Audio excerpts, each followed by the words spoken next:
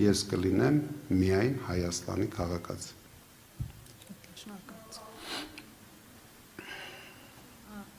Պարոն Կարապետյան, քանի որ դուք խոսեցիք Արցախի վերաբերյալ, այստեղ ես տևական ժամանակ է նկատում եմ, որ կարծես թե ձեր ուժը որոշակի վախեր ունի այս թեմայի վերաբերյալ, շատ ուղիղ բելուց,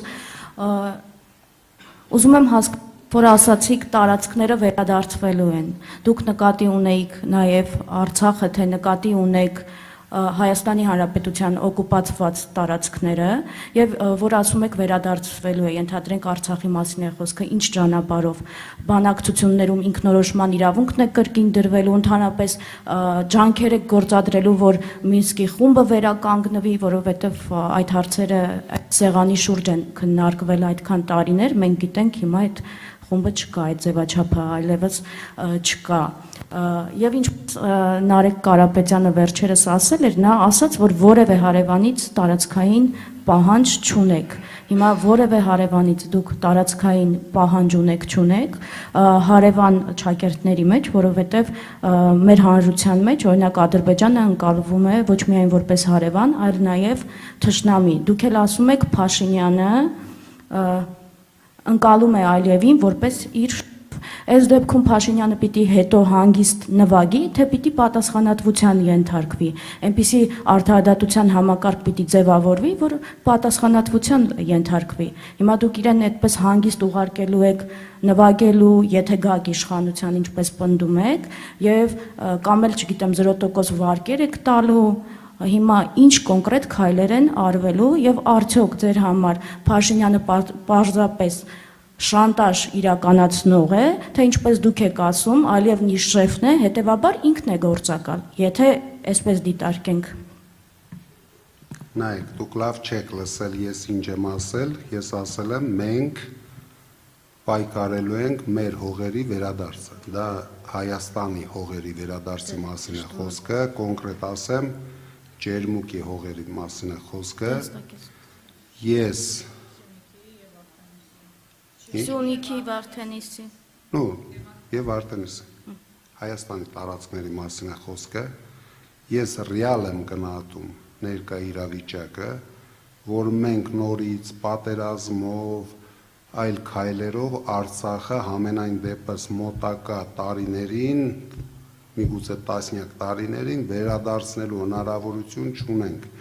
Փաշինյանը այնպես արեց, որ մենք չունենանք այդ հնարավորությունը։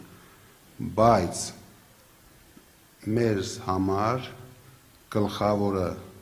Արցախահայության արժանապատիվ կյանքը ապահովել Հայաստանում